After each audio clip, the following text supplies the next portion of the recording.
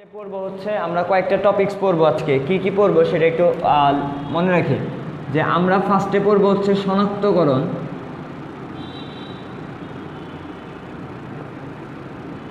তারপরে পড়বো হচ্ছে দ্রাব্যতা অ্যান্ড দ্রাব্যতার গুণফল,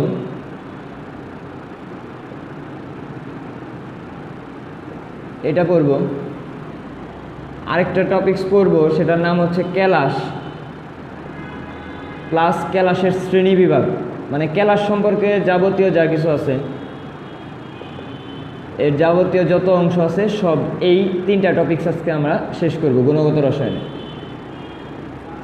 ঠিক আছে, আচ্ছা তাহলে আমরা যদি হচ্ছে এই তিনটা টপিকস পড়ি, ঠিক আছে, তাহলে এই তিনটা টপিক্সের ফার্স্টে আমরা বইয়ে তো সব কিছুই লেখা আছে, আমরা আমাদের মতো বুঝি। তো ফার্স্টের যে টপিক্স সেই টপিক্সটা হচ্ছে আমার শনাক্তকরণ। ঠিক আছে, তো আমরা শনাক্তকরণ দিয়ে শুরু করতেছি।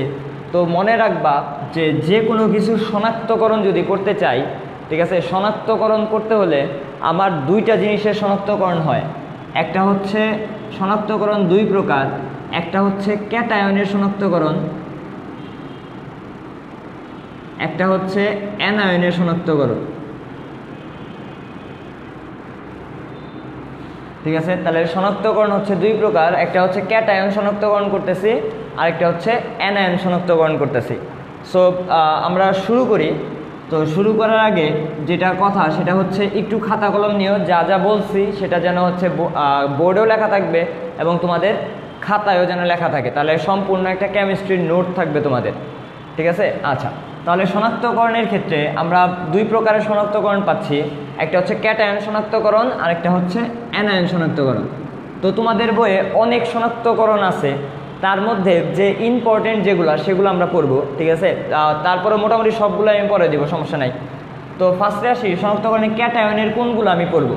তো ক্যাটায়নের যে শনাক্তকরণগুলো আমি পড়বো, সবার আগে পড়বো হচ্ছে সোডিয়াম, তারপরে পড়বো হচ্ছে ক্যালসিয়াম, তারপরে পড়বো হচ্ছে অ্যালুমিনিয়াম, তারপরে পড়বো হচ্ছে জিঙ্ক, তারপরে পড়বো কপার, আরেকটা পড়বো হচ্ছে অ্যামোনিয়াম আয়ন। ঠিক আছে, এই 6টা শনাক্তকরণ ক্যাটায়নের ক্ষেত্রে আমরা পড়বো। ঠিক আছে, বুঝাইতে পারছি? আচ্ছা, ঠিক একইভাবে অ্যানায়নের শনাক্তকরণে আসি। অ্যানায়নের শনাক্তকরণেও আমরা হচ্ছে কয়েকটা জিনিস পড়বো। অ্যানায়নের শনাক্তকরণ কি কি পড়বো? ঠিক আছে, অ্যানায়নের ক্ষেত্রে আমরা পড়বো ক্লোরাইড শনাক্তকরণ, কার্বনেট শনাক্তকরণ, সালফেট শনাক্তকরণ আর নাইট্রেট শনাক্তকরণ। এই অ্যানায়নের এই কয়টা শনাক্তকরণ আমরা পড়ব। সো একটু খাতায় তুলে নেই সবাই, এই কয়েকটা শনাক্তকরণ আমরা পড়ব। তাহলে আমি একটা একটা করে শনাক্তকরণ এখন আলোচনা করি। হ্যাঁ, তাহলে ফার্স্টে আসি ক্যাটায়নের শনাক্তকরণ দিয়ে শুরু করি। তো ক্যাটায়নের শনাক্তকরণে প্রথম যে শনাক্তকরণ সেটাতে আসো, সেটাতে আমরা পড়তেছি হচ্ছে সোডিয়াম শনাক্তকরণ। হ্যাঁ, তো মনে রাখবা তোমার বইয়ে বা যখনই তুমি যে কোনো শনাক্তকরণ করবা, তো একটা শনাক্তকরণের সবসময় 4টা ধাপ থাকে। আমরা যেহেতু এইচএসসি প্লাস অ্যাডমিশন দুইটার জন্যই পড়তেছি, তো আমি একবারে বুঝিয়ে দিই যে কোনো শনাক্তকরণের সবসময় 4টা ধাপ থাকে। ঠিক আছে, 4টা ধাপ কি কি? প্রথম যে ধাপ তার নাম হচ্ছে পরীক্ষণ।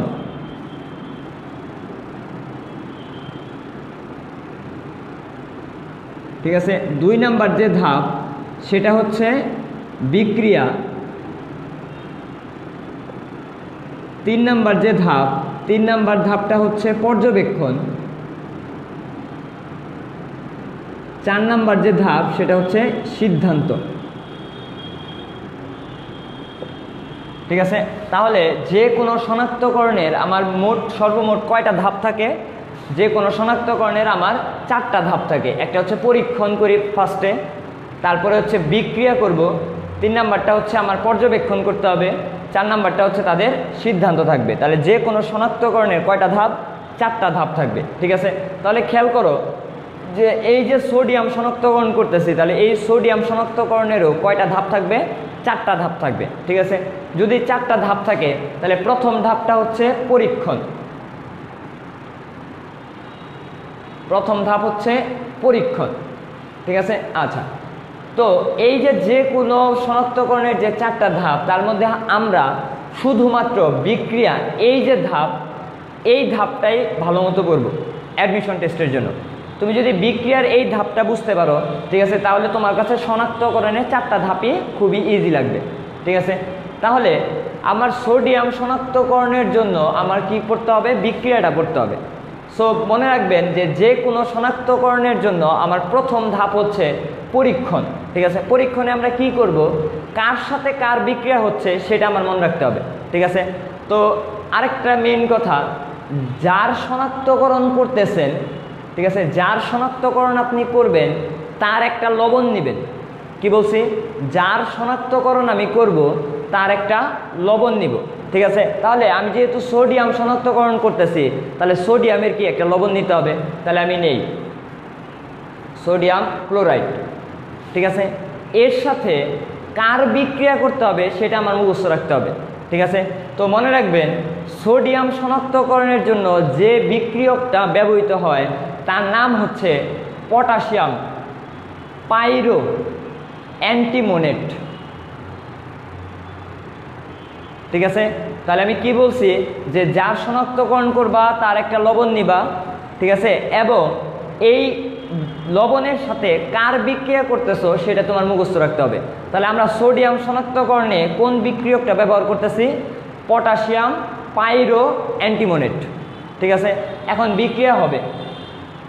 ঠিক আছে, তাহলে আমরা কি বলছি? আমি যার শনাক্তকরণ করতেছি তার একটা লবণ নিছি, এর সাথে কোন বিক্রিয়কের বিক্রিয়া করব সেটা আমার মুখস্থ। তাহলে আমি কার শনাক্তকরণ করতেছি? সোডিয়ামের। তাহলে সোডিয়ামের একটা লবণ নিছি, কার সাথে বিক্রিয়া করতেছি? পটাশিয়াম পাইরো অ্যান্টিমোনেটের সাথে বিক্রিয়া করতেছি। এটুকু তো ক্লিয়ার নাকি? আচ্ছা, এখন বিক্রিয়া করব, তো যদি বিক্রিয়া করি একটা জিনিস খেয়াল করো, যে আমরা অধাতুর বিক্রিয়া কিভাবে হয়, অজৈব যৌগের বিক্রিয়া কিভাবে হয় সেটা জানি। যে আমার অজৈব যৌগের বিক্রিয়ার নিয়ম হচ্ছে জাস্ট একে প্লাস মাইনাস আবদ্ধ করবেন। ঠিক আছে, তাহলে আমি জানি সোডিয়াম হচ্ছে প্লাস, ক্লোরাইড হচ্ছে মাইনাস। ঠিক আছে, এবং এই জায়গায় ধাতুটা হচ্ছে পটাশিয়াম, তাহলে এটা প্লাস, আর বাকি যাটুকু আছে এইটুকু হচ্ছে মাইনাস। বুঝাতে পারছি? তাহলে আমরা জানি কুলম্বের সূত্র থেকে যে বিপরীতধর্মী চার্জ পরস্পরকে আকর্ষণ করে, তাহলে এই প্লাস আকর্ষণ করবে কাকে? মাইনাসকে, তাই তো? এবং এই প্লাস আকর্ষণ করবে কাকে? এই ক্লোরিনকে। বুঝাইতে পারছি? তাহলে সোডিয়াম কার সাথে বিক্রিয়া করবে? H2SB2O7। ঠিক আছে, তাহলে বিক্রিয়া করে যে যৌগ হয় তার নাম হচ্ছে সোডিয়াম পাইরো অ্যান্টিমোনেট, এর সাথে পটাশিয়াম ক্লোরাইড। সমতা করার দরকার নেই। ঠিক আছে, এটা হচ্ছে বিক্রিয়া। তাহলে পরীক্ষায় MCQ এ কি আসবে? পরীক্ষায় আসবে যে সোডিয়াম শনাক্তকরণের জন্য কোন বিক্রিয়কটি ব্যবহৃত হয়। তাহলে কোন বিক্রিয়ক ব্যবহার করছি? পটাশিয়াম পাইরো অ্যান্টিমোনেট। ঠিক আছে, এবং বিক্রিয়া করে যে যৌগটা উৎপন্ন হয়েছে সেই যৌগের নাম কি? তাহলে যেহেতু এটা ছিল পটাশিয়াম পাইরো অ্যান্টিমোনেট, তাহলে এটার নাম কি হয়ে যাবে? সোডিয়াম পাইরো অ্যান্টিমোনেট। ঠিক আছে, এবং এর কালারটা হচ্ছে সাদা অদক্ষেপ। আমরা এই অদক্ষেপটাও মনে রাখবো। ঠিক আছে, তাহলে আমরা কি বলতেছিলাম? আমরা যে কোনো শনাক্তকরণের কয়টা ধাপ জানি? 4টা ধাপ জানি। তাহলে প্রথমটা হচ্ছে পরীক্ষণ। তাহলে আমি কি করব? প্রথমে যা শনাক্তকরণ করব তার একটা লবণ নিব, লবণের সাথে কার বিক্রিয়া করব এটা আমার মুখস্থ করতে হবে। তাহলে সোডিয়াম শনাক্তকরণে কোন বিক্রিয়কটি ব্যবহৃত হয়? পটাশিয়াম পাইরো অ্যান্টিমোনেট ব্যবহৃত হয়েছে। ঠিক আছে, বিক্রিয়া করে যে যৌগ উৎপন্ন করছে সেই যৌগের নাম কি? সোডিয়াম পাইরো অ্যান্টিমোনেট, এবং এর কালার কি? অদক্ষেপটা কি কালারে পড়ছে? সাদা অদক্ষেপ। ঠিক আছে, তাহলে যদি রিটেনে অ্যান্সার করতে হয়, যে মনে করো পরীক্ষা আসছে সোডিয়াম শনাক্তকরণ লিখো, তাহলে প্রথম ধাপ কি? পরীক্ষণ। পরীক্ষণে যা তুমি করছো মানে বিক্রিয়ক পর্যন্ত তুমি উল্লেখ করবা। ঠিক আছে, তাহলে প্রথম ধাপ কি ছিল? পরীক্ষণ। তাহলে কি বলবা? সোডিয়াম লবণের দ্রবণে পটাশিয়াম পাইরো অ্যান্টিমোনেট যোগ করা হলো। এইটুকুই হচ্ছে আমার পরীক্ষণ। 2 নাম্বার ধাপ ছিল বিক্রিয়া, মানে এইটাই হচ্ছে আমার 2 নাম্বার ধাপ। ঠিক আছে, তাহলে বিক্রিয়াটা লিখবা। 3 নাম্বার ধাপ হচ্ছে পর্যবেক্ষণ। পর্যবেক্ষণে কি বলবা, যে যৌগটা উৎপন্ন হয়েছে সেই যৌগের কালার পর্যন্ত উল্লেখ করবা। তাহলে কি বলবা, যে উক্ত বিক্রিয়ায় সোডিয়াম পাইরো অ্যান্টিমোনেটের সাদা বর্ণের অধক্ষেপ তৈরি হয়। ঠিক আছে, এবং এটা গেল তাহলে পর্যবেক্ষণ 3 নাম্বার ধাপ। এবং 4 নাম্বারে হচ্ছে সিদ্ধান্ত। 4 নাম্বার হচ্ছে সিদ্ধান্ত। সিদ্ধান্ত হচ্ছে যা শনাক্তকরণ করতেছো সেটা উক্ত যৌগে সোডিয়াম প্লাস নিশ্চিত বা উপস্থিত, এটাই হচ্ছে সিদ্ধান্ত। বুঝাইতে পারছি? তাহলে যে কোনো শনাক্তকরণের আমার কয়টা ধাপ? যে কোনো শনাক্তকরণের ধাপ হচ্ছে 4টা। তাহলে প্রথম ধাপ কি বলছিলাম? পরীক্ষণ। 2 নাম্বার ধাপ বলছিলাম বিক্রিয়া। 3 নাম্বার ধাপ বলছিলাম পর্যবেক্ষণ। 4 নাম্বার ধাপ বলছি সিদ্ধান্ত। বুঝাইতে পারছি? তাহলে সোডিয়াম শনাক্তকরণ বুঝছো? তাহলে একই পদ্ধতিতে আমরা ক্যালসিয়াম শনাক্তকরণ করি 2 নাম্বারটা। তাহলে ক্যালসিয়াম শনাক্তকরণের তাহলে আগের মতোই ফার্স্ট ধাপ কি ছিল? পরীক্ষণ। ঠিক আছে, ফার্স্ট ধাপ হচ্ছে পরীক্ষণ। তাহলে আমরা পরীক্ষণের জন্য কি করি? আমরা বিক্রিয়ক পর্যন্ত উল্লেখ করি। তাহলে পরীক্ষণে কি লিখবা? তো আগের নিয়মে যেহেতু ক্যালসিয়াম শনাক্তকরণ করতেছি, নিয়ম হচ্ছে যার শনাক্তকরণ করবা তার একটা লবণ নিতে হয়। তাহলে আমি ক্যালসিয়াম ক্লোরাইড নিলাম। এর সাথে কার বিক্রিয়া করতে হবে সেটা তোমার মুখস্থ। ঠিক আছে, তাহলে আমরা মনে রাখবো ক্যালসিয়াম শনাক্তকরণের জন্য আমার যে বিক্রিয়কটা লাগে তার নাম হচ্ছে অ্যামোনিয়াম অক্সালেট।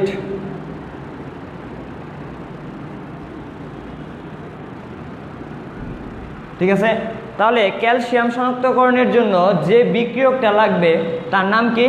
Ammonium oxalate. ঠিক আছে, যেহেতু অক্সালেট তাহলে অবশ্যই কি অক্সালিক অ্যাসিড থেকে আসছে। আচ্ছা, তাহলে যদি বিক্রিয়া করি তাহলে তুমি খেয়াল করো এই জায়গায় অ্যামোনিয়াম আয়ন আছে না? এই অ্যামোনিয়াম আয়ন সেটা কি করবে? এই ক্লোরিনকে দেখে কি খুশি হয়ে যাবে? তাহলে উৎপন্ন কি করবে? উৎপন্ন করবে হচ্ছে অ্যামোনিয়াম ক্লোরাইড যোগ। বাকি কি আছে? বাকি আছে কি? এই COO বন্ড COO, আর এখানে একটা ক্যালসিয়াম বাকি আছে। তাহলে হবে COO বন্ড COO, একটা ক্যালসিয়াম। বুঝাইতে পারছি? তাহলে ক্যালসিয়াম লবণের দ্রবণে আমরা কি করছি? অ্যামোনিয়াম অক্সালেট দিছি। তাহলে এটা পরীক্ষণ। 2 নাম্বার হচ্ছে বিক্রিয়া। 3 নাম্বারটা কি বলবো? পর্যবেক্ষণ। পর্যবেক্ষণে কি হয়েছে এই জায়গায়? তাহলে এটা যদি অ্যামোনিয়াম অক্সালেট হয় তাহলে এটার নাম কি? Calcium oxalate. তাহলে ক্যালসিয়াম অক্সালেটের সাদা বর্ণের অধক্ষেপ তৈরি হয়েছে।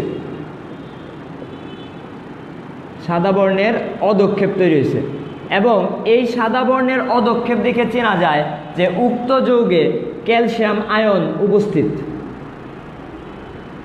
এটা হচ্ছে সিদ্ধান্ত।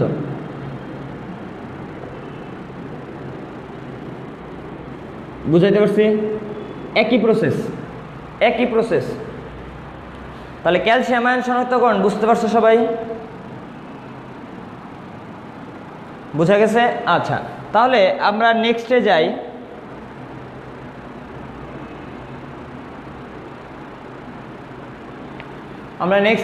আমরা এখন পড়তেছি অ্যালুমিনিয়াম শনাক্তকরণ। অ্যালুমিনিয়াম শনাক্তকরণ। তাহলে একটু বিক্রিয়া কিন্তু পারতে হবে। হ্যাঁ, বিক্রিয়া যদি না পারো তাহলে কিন্তু এই প্রশ্নগুলোর উত্তর দিতে পারবে না। ঠিক আছে, আচ্ছা তাহলে আসি অ্যালুমিনিয়াম শনাক্তকরণ। তো অ্যালুমিনিয়াম শনাক্তকরণের জন্য আগের মতোই তাহলে যার শনাক্তকরণ করতেছি তার কি নিব? একটা লবণ নিব। ঠিক আছে, তাহলে যা শনাক্তকরণ করতেছি তার কি নেই? একটা লবণ নেই। ঠিক আছে, আচ্ছা তাহলে আমরা অবশ্যই কি নিব? অ্যালুমিনিয়াম ক্লোরাইড নিলাম একটা অ্যালুমিনিয়াম ক্লোরাইড। এই অ্যালুমিনিয়াম ক্লোরাইডের সাথে আমরা বিক্রিয়া করব হচ্ছে সোডিয়াম হাইড্রোক্সাইডের। ঠিক আছে, তাহলে অ্যালুমিনিয়াম ক্লোরাইডের সাথে বিক্রিয়া করতেছি কার? সোডিয়াম হাইড্রোক্সাইড, মানে একটা ক্ষারের বিক্রিয়া করতেছি। ঠিক আছে, তুমি যদি ক্ষারের বিক্রিয়া করো তাহলে যা উৎপন্ন হয় তাহলে সেটা কি উৎপন্ন হবে? Aluminium hydroxide. যোগ NaCl, তাই তো? এই যে অ্যালুমিনিয়াম হাইড্রোক্সাইডটা হয়েছে, ঠিক আছে, এটা একটা অবিশুদ্ধ অ্যালুমিনিয়াম হাইড্রোক্সাইড। তাহলে যেহেতু অবিশুদ্ধ, তুমি তো অবিশুদ্ধ নিয়ে হচ্ছে আয়ন শনাক্তকরণ করতে পারবে না, তাহলে অবশ্যই কি সেটা বিশুদ্ধকরণ করতে হবে। তাহলে এই যে অ্যালুমিনিয়াম হাইড্রোক্সাইড উৎপন্ন হয়েছে অবিশুদ্ধ, সেই অ্যালুমিনিয়াম হাইড্রোক্সাইডের সাথে তোমার আবার অতিরিক্ত ক্ষারের বিক্রিয়া করতে হবে, অতিরিক্ত ক্ষারের বিক্রিয়া করতে হবে। তাহলে অতিরিক্ত ক্ষারের বিক্রিয়ায় যা উৎপন্ন হয় তার নাম হচ্ছে সোডিয়াম অ্যালুমিনেট।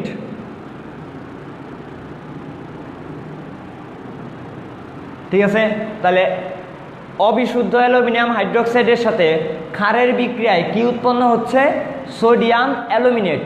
পরীক্ষায় আসবে এই সংকেতটাই, পরীক্ষায় আসবে বলবে সোডিয়াম অ্যালুমিনেটের সংকেত কোনটি? বুঝাইতে পারছি?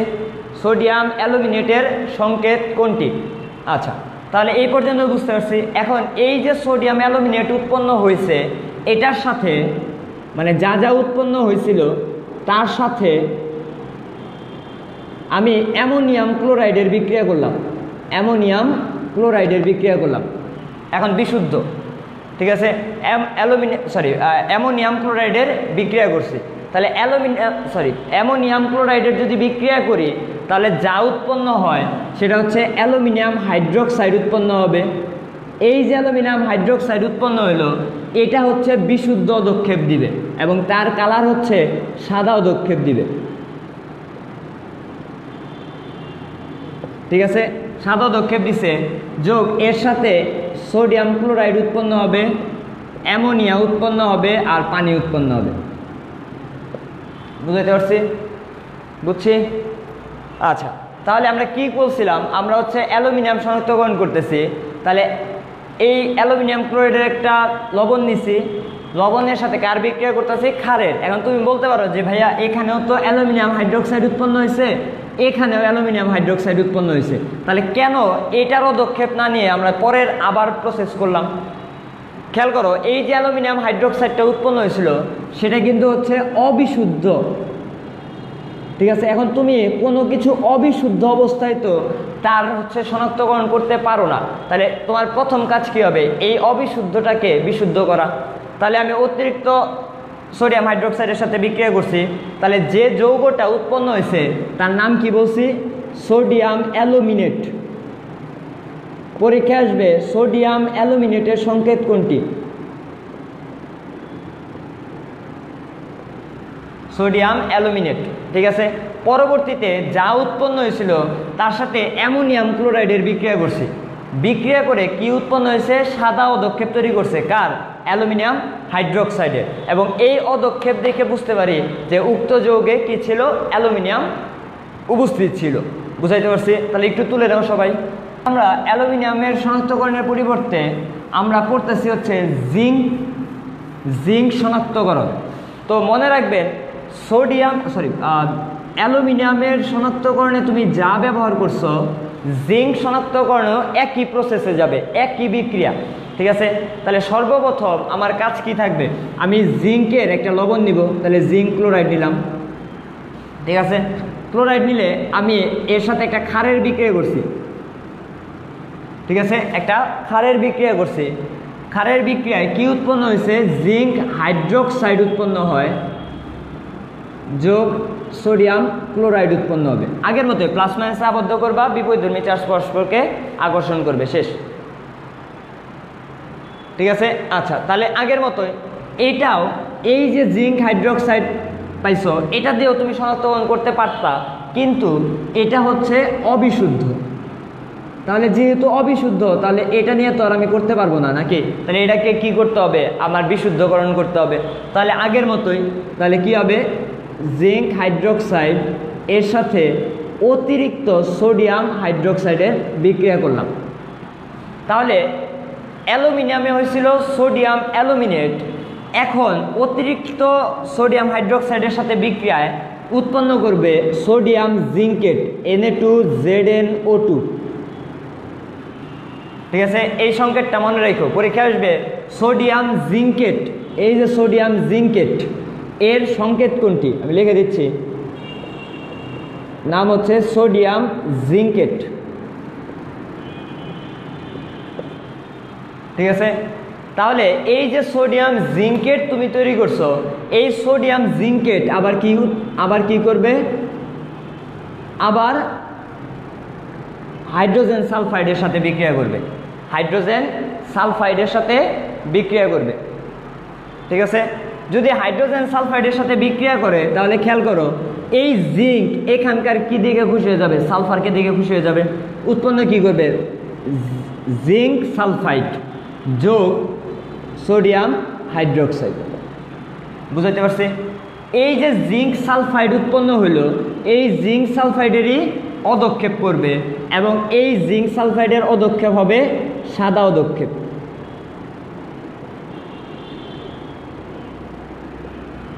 সাদা অদক্ষেপ। ঠিক আছে, তাহলে আমরা কি করতেছি, আমরা জিঙ্ক শনাক্তকরণ বুঝতে পারছি সবাই। তাহলে আগের মতোই জিঙ্কের একটা লবণ নিছি, ক্ষারের সাথে বিক্রিয়া করছি, অবিশুদ্ধ জিঙ্ক হাইড্রোক্সাইড পেয়েছি। তো আবার অবিশুদ্ধ জিঙ্ক হাইড্রোক্সাইডের সাথে অতিরিক্ত ক্ষারের বিক্রিয়ায় কি উৎপন্ন হয়, সোডিয়াম জিঙ্কেট উৎপন্ন হয়েছে। এই সোডিয়াম জিঙ্কেট কার সাথে বিক্রিয়া করছে, হাইড্রোজেন সালফাইডের সাথে বিক্রিয়া করছে, বিক্রিয়া করে উৎপন্ন করছে জিঙ্ক সালফাইড যোগ সোডিয়াম হাইড্রোক্সাইড। এই যে জিঙ্ক সালফাইড, এই জিঙ্ক সালফাইডের সাদা বর্ণের অদক্ষেপ দেখে বোঝা যায় যে উক্ত যৌগে কি আছে, জিঙ্ক উপস্থিত। বুঝাইতে পারছি? একটু তুলে নাও সবাই। তাহলে আমরা নেক্সট শনাক্তকরণে চলে যাই। তো এখন আমরা যে শনাক্তকরণটা পড়তেছি এটাই সবচেয়ে বেশি ইম্পর্টেন্ট, সেটা হচ্ছে কপার শনাক্তকরণ। কপার শনাক্তকরণ, এই প্রশ্নটাই সবচেয়ে বেশি ইম্পর্টেন্ট, এখান থেকেই প্রশ্ন আসে। ঠিক আছে, তাহলে কপার শনাক্তকরণের জন্য আমার কি করতে হবে, প্রথম ধাপ কি, যে আমার প্রথম ধাপে কপারের একটা লবণ নেই। ঠিক আছে, তাহলে আমি যদি কপারের লবণ নেই, আমি কিন্তু সমতা করতেছি না, সমস্যা নেই, সমতা দরকার হবে না। ঠিক আছে, তুমি জাস্ট বিক্রিয়া পারলেই হয়েছে। তো কপার শনাক্তকরণের নিয়ম হচ্ছে কপারের একটা লবণ নিব। তো লবণ নেওয়ার পরে আমার কাজ হচ্ছে এর সাথে একটা অ্যামোনিয়াম হাইড্রোক্সাইডের বিক্রিয়া করব, একটা ক্ষারের বিক্রিয়া করলাম, একটা ক্ষারের বিক্রিয়া করছি, অ্যামোনিয়াম হাইড্রোক্সাইডের বিক্রিয়া করছি। ঠিক আছে, বুঝতে পারছো? তো এই বিক্রিয়ায় যে লবণটা তুমি নিছো তা বিক্রিয়ার সুবিধার্থে 2 মোল নিলে ভালো হয়, এই জন্য আমি 2 মোল নিলাম। ঠিক আছে, সমতা করার দরকার নেই। ঠিক আছে, তাহলে এই যে কপার সালফেট কার সাথে বিক্রিয়া করতেছে, অ্যামোনিয়াম হাইড্রোক্সাইডের সাথে বিক্রিয়া করতেছে। অ্যামোনিয়াম হাইড্রোক্সাইডের সাথে বিক্রিয়ায় একটা জটিল যৌগ উৎপন্ন হবে, এর নাম হচ্ছে কপার সালফেট এবং কিউপ্রাস হাইড্রোক্সাইডের একটা মিশ্রণ তৈরি হবে। ঠিক আছে, এবং এর সাথে একটা অ্যামোনিয়াম সালফেট উৎপন্ন হবে। ঠিক আছে, তাহলে আমরা কি বলছি, কপার লবণ নিছি, কপার লবণের দ্রবণে কার বিক্রিয়া করতেছি, অ্যামোনিয়াম হাইড্রোক্সাইডের বিক্রিয়া করতেছি। বিক্রিয়া করে কি উৎপন্ন করতেছে, একটা কপার সালফেট এবং কপার হাইড্রোক্সাইডের একটা মিশ্রণ তৈরি করছে। এই যে মিশ্রণ তৈরি করছে এটা হচ্ছে হালকা নীল বর্ণের, এটা হচ্ছে হালকা নীল বর্ণের অদক্ষেপ তৈরি করে। এখন হালকা নীল বর্ণের অদক্ষেপ দেখে তুমি তো আসলে এর অদক্ষেপ চিহ্নিতকরণ করতে পারবা না, হালকা বর্ণ, কারণ হালকা বর্ণ দেখে অনেক সময় অদক্ষেপের কালারও তুমি বুঝতে পারবা না। এর জন্য এই যে হালকা বর্ণের অদক্ষেপ পাইছো এইটা দিয়ে শনাক্তকরণ করতে পারবা না।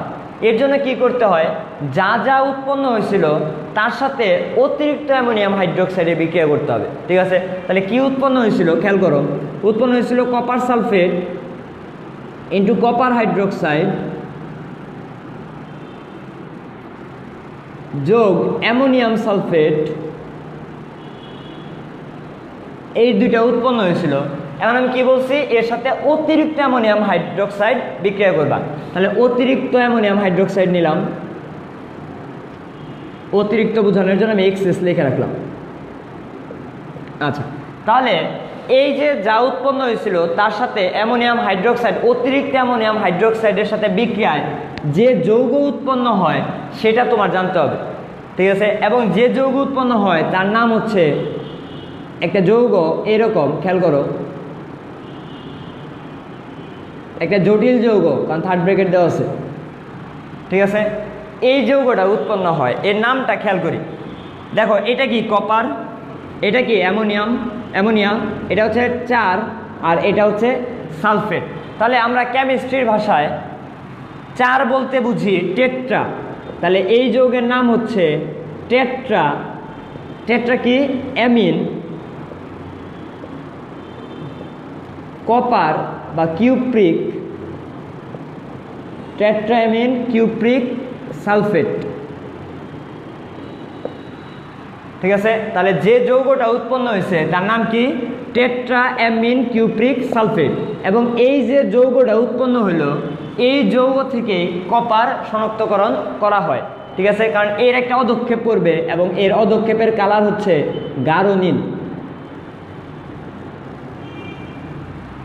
ঠিক আছে, বুঝাইতে পারছি? তাহলে কপার শনাক্তকরণ বুঝাইতে পারছি। কি বলছি, কপার লবণ নিছি, এর সাথে অ্যামোনিয়াম হাইড্রোক্সাইডের বিক্রিয়া করছি, একটা মিশ্রণ তৈরি হয়েছে যেটা হালকা বর্ণের। যা যা উৎপন্ন হয়েছিল তার সাথে অতিরিক্ত অ্যামোনিয়াম হাইড্রোক্সাইডের বিক্রিয়া করছি। অতিরিক্ত অ্যামোনিয়াম হাইড্রোক্সাইডের বিক্রিয়ায় কোন যৌগ উৎপন্ন হয়েছে? Tetraammine cupric sulphate. যা কোন বর্ণের পদক্ষেপ দিছে? গাঢ় নীল বর্ণের।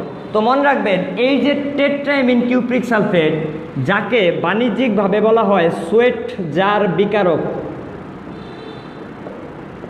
বাণিজ্যিকভাবে বলা হয় সোয়েট জার বিকারক। পরীক্ষায় আসতে পারে যে সোয়েট জার বিকারকের সংকেত কোনটি। ঠিক আছে, তাহলে সোয়েট জার বিকারকের সংকেত হচ্ছে টেট্রাঅ্যামিন কিউপ্রিক সালফেট। ঠিক আছে, এখান থেকে 3 প্রকারের প্রশ্ন আসতে পারে। বলতে পারে যে কপার শনাক্তকরণে উদ্ভূত যৌগের নাম কি?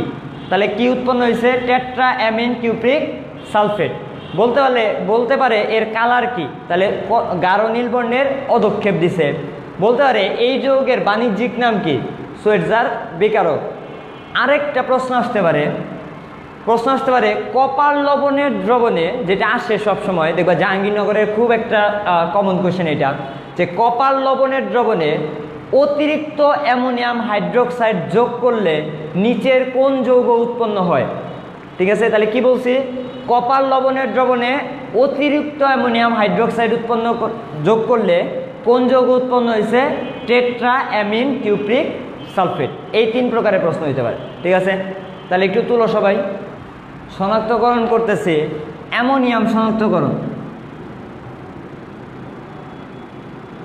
ঠিক আছে, তো মনে রাখবেন পরীক্ষার সবচেয়ে ইম্পর্টেন্ট প্রশ্ন এই চ্যাপ্টারের বা এই টপিক্সের সবচেয়ে ইম্পর্টেন্ট প্রশ্ন পরীক্ষা আসবে অ্যামোনিয়া অথবা অ্যামোনিয়াম আয়ন অথবা অ্যামোনিয়াম লবণ শনাক্তকরণের জন্য যে বিকারক ব্যবহৃত হয় তার নাম কি? তার নাম হচ্ছে নেসলার বিকারক।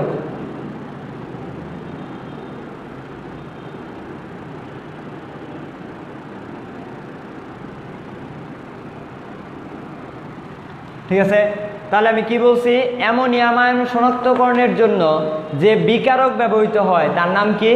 নেসলার বিকারক। ঠিক আছে, এখন আসি নেসলার বিকারক কাকে বলে। ঠিক আছে, তো মনে রাখবেন একটু লেখা নেন, নেসলার বিকারক হচ্ছে ক্ষারযুক্ত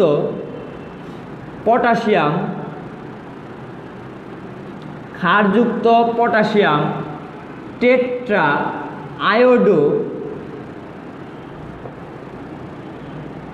আয়োডো মার্কিউরেটকে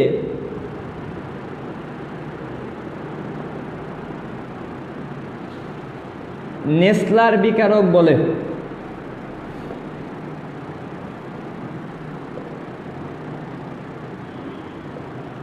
ঠিক আছে, তাহলে পরীক্ষা যদি আসে যে নেসলার বিকারক কাকে বলে, তাহলে আমরা কি লিখবো? যে ক্ষারযুক্ত, তাহলে অবশ্যই কি একটা ক্ষার থাকবে। ঠিক আছে, তাহলে ক্ষারযুক্ত পটাশিয়াম টেট্রা আয়োডো মার্কিউরেটকে নেসলার বিকারক বলে। তো নেসলার বিকারকের সংকেত হচ্ছে K2HgI4। ঠিক আছে, K2HgI4। ঠিক আছে, আচ্ছা, তাহলে এটা কিভাবে উৎপন্ন হয় সেটা আমরা বইয়ে পাবো।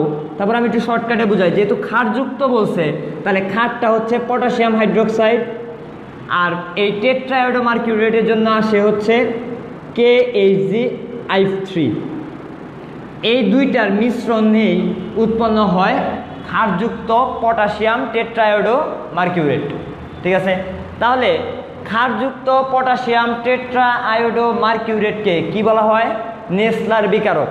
ঠিক আছে, তাহলে এটাও সংকেত হইতে পারে, তখন আমি ক্ষারটা বাদ দিলাম। আবার এটাও সংকেত হইতে পারে K2HgI4। বুঝাইতে পারছি? একে নেসলার বিকারক বলে। লেখা হয়েছে সবার?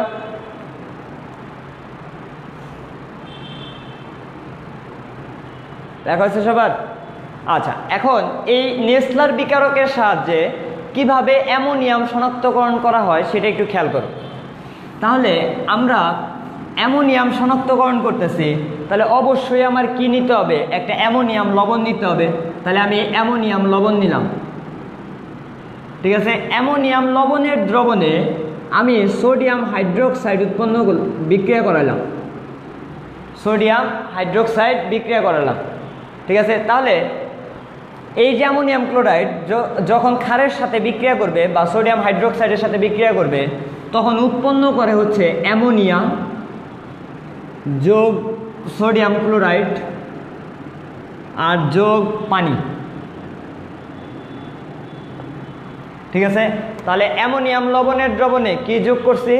সোডিয়াম হাইড্রোক্সাইড যোগ করে আমি কি কি পাইছি? অ্যামোনিয়া পাইছি, সোডিয়াম ক্লোরাইড পাইছি, আর হচ্ছে পানি পাইছি। ঠিক আছে, আচ্ছা, তো আমরা অ্যামোনিয়াম শনাক্তকরণ করি কোন বিকারক থেকে? নেসলার বিকারক থেকে, তাই না? তাহলে ক্ষারযুক্ত পটাশিয়াম, তাহলে ক্ষার যদি বাদ দিই তাহলে কি থাকে? KHgI3, এটাই থাকে না? ক্ষার নেই, আমি ধরে নিয়েছি এটা ক্ষারীয় দ্রবণ। তাহলে যেহেতু এটা পাইছি, তাহলে একে আমি তাপ প্রয়োগে ভাঙি আগে। যদি তাপ প্রয়োগে ভাঙি তাহলে কি কি উৎপন্ন হয় খেয়াল করো। তাহলে হবে পটাশিয়াম আয়োডাইড যোগ HgI2, তাই হয় না? তাই তো, এই যে পটাশিয়াম একটা আয়োডিন নিচ্ছে, তাহলে পটাশিয়াম আয়োডাইড, আর বাকি কি আছে? HgI2। ঠিক আছে, আচ্ছা, এখন বিক্রিয়ার সুবিধার্থে এই যে HgI2, ঠিক আছে, এটা তো আমি জানি না। ঠিক আছে, আমার দরকার কি? K2HgI4 দরকার। তাহলে I4 যেহেতু দরকার, তাহলে অবশ্যই কয় মোল বিক্রিয়া করাইতে হবে? 2 মোল বিক্রিয়া করাইতে হবে। তাহলে যদি 2 মোল করাই তাহলে কি হয়? 2 মোল HgI2 যদি নেই, তাহলে বিক্রিয়ায় উৎপন্ন হবে কি? Hg2I4। ঠিক আছে, আচ্ছা, এই যে Hg2I4 উৎপন্ন হইল, সেই নেসলার দ্রবণ থেকে এই যে অ্যামোনিয়া শনাক্তকরণ করতেছি, এখন এই অ্যামোনিয়া আর হচ্ছে এই নেসলার বিকারকের বিক্রিয়া করাবো। তাহলে যদি বিক্রিয়া করাই তাহলে কি হয় খেয়াল করো? অ্যামোনিয়া যোগ Hg2I4 বিক্রিয়া করে উৎপন্ন করবে অ্যামোনিয়াম NH2 Hg2I3। তাহলে যে যৌগ উৎপন্ন করছে সেই যৌগের সংকেত কি? NH2 Hg2I3, এবং এর যে অদক্ষেপ পড়বে সেটা হচ্ছে বাদামি কালারের অদক্ষেপ, বাদামি বর্ণের অদক্ষেপ তৈরি করবে। ঠিক আছে, এবং এই বাদামি বর্ণের যে যৌগটা উৎপন্ন হয়েছে, এই বাদামি বর্ণের অদক্ষেপ দেখেই বুঝতে পারি যে উক্ত যৌগে অ্যামোনিয়া বিদ্যমান। ঠিক আছে, তো এই যৌগের নামটা একটু খেয়াল করো। অ্যামোনিয়াম, এর নাম হচ্ছে অ্যামোনিয়াম ট্রাইআয়োডো মার্কিউরেট। অ্যামোনিয়াম ট্রাইআয়োডো, 3 মানে ট্রাই, তাহলে ট্রাইআয়োডো মার্কিউরেট।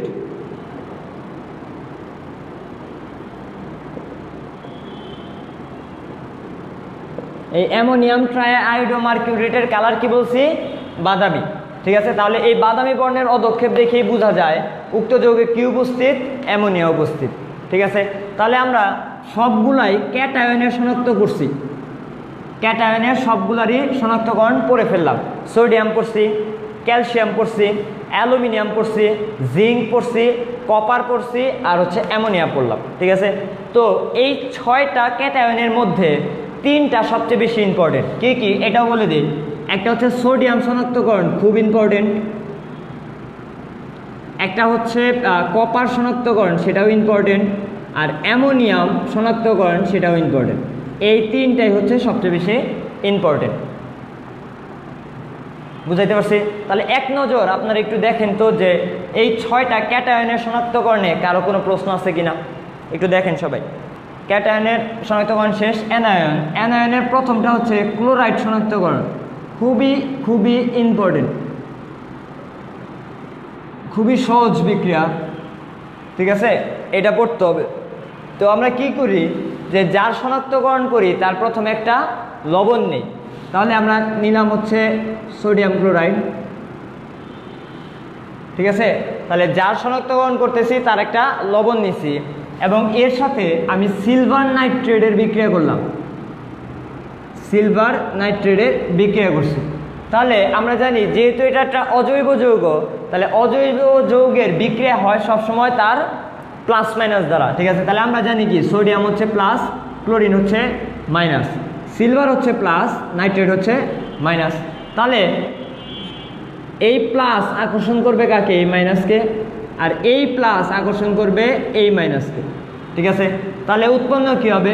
সোডিয়াম নাইট্রেট যোগ সিলভার ক্লোরাইড। এই যে সিলভার ক্লোরাইড উৎপন্ন হয়েছে, এই সিলভার ক্লোরাইডের কালার হচ্ছে সাদা বর্ণের, এবং এই সাদা বর্ণের অদক্ষেপ দেখে চেনা যায় যে উক্ত যৌগে কি উপস্থিত? ক্লোরাইড আয়ন উপস্থিত। এই ছোট্ট একটা বিক্রিয়া খুব বেশি ইম্পর্টেন্ট। তাহলে আমরা কি করছি? যার শনাক্তকরণ করতেছি তার একটা লবণ নিছি, এর সাথে সিলভার নাইট্রেটের বিক্রিয়া করছি। সিলভার নাইট্রেটের বিক্রিয়ায় সোডিয়াম নাইট্রেট এবং সিলভার ক্লোরাইড উৎপন্ন হয়েছে। যা উৎপন্ন হয়েছে সেটা কি কালারের অদক্ষেপ হয়েছে? সাদা কালারের অদক্ষেপ দিছে। তাহলে এই উক্ত যৌগ দেখে বোঝা যায় যে উক্ত যৌগে আমার ক্লোরাইড আয়ন উপস্থিত। বুঝাইতে পারছি? বুঝছি? আচ্ছা, তাহলে এই ক্লোরাইড আয়ন শনাক্তকরণ বোঝা গেছে। এখন 2-এ আসি। 2-এ হচ্ছে আমার কার্বনেট শনাক্তকরণ, ঠিক আছে। তো কার্বনেট শনাক্তকরণ করতেছি, মনে রাখবেন যে কার্বনেট শনাক্তকরণের যে বিক্রিয়া সালফেট শনাক্তকরণেরও একই বিক্রিয়া, ঠিক আছে। আচ্ছা, তাহলে কার্বনেট দিয়ে আগে বুঝাই। তাহলে নিয়ম হচ্ছে যা শনাক্তকরণ করতেছি তার একটা কি নিব? লবণ নিব। তাহলে লবণ নিই সোডিয়াম কার্বনেট, ঠিক আছে। এর সাথে এর সোডিয়াম কার্বনেট যা শনাক্তকরণ করতেছি তার একটা লবণ নিছি, এর সাথে বেরিয়াম নাইট্রেটের বিক্রিয়া করতে হবে, বেরিয়াম নাইট্রেটের বিক্রিয়া করতে হবে। তাহলে যা শনাক্তকরণ করতেছি তার সাথে কার বিক্রিয়া করি? বেরিয়াম নাইট্রেটের বিক্রিয়া করছি। তাহলে বেরিয়াম নাইট্রেটের বিক্রিয়া করলে যেহেতু অজৈব যৌগ, তাহলে প্লাস মাইনাসে বিক্রিয়া করে ফেলবা, সোজা হিসাব। তাহলে সোডিয়াম কাকে নিবে? নাইট্রেট। তাহলে কি হবে? সোডিয়াম নাইট্রাইট যোগ, আর এই বেরিয়াম কি করবে? কার্বনেটের সাথে চলে যাবে, তাহলে উৎপন্ন করবে বেরিয়াম কার্বনেট, ঠিক আছে।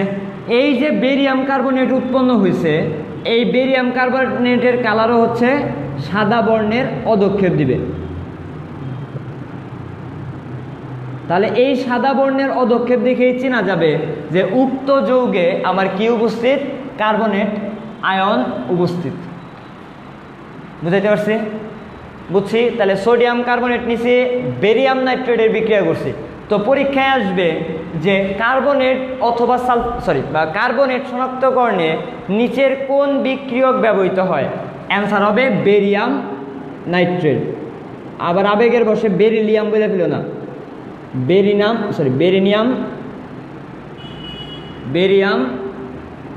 নাইট্রেট,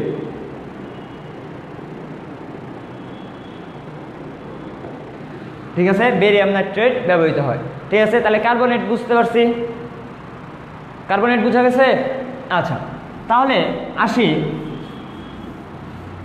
এখন আসি 3 নম্বরে সালফেট শনাক্তকরণ। সালফেট,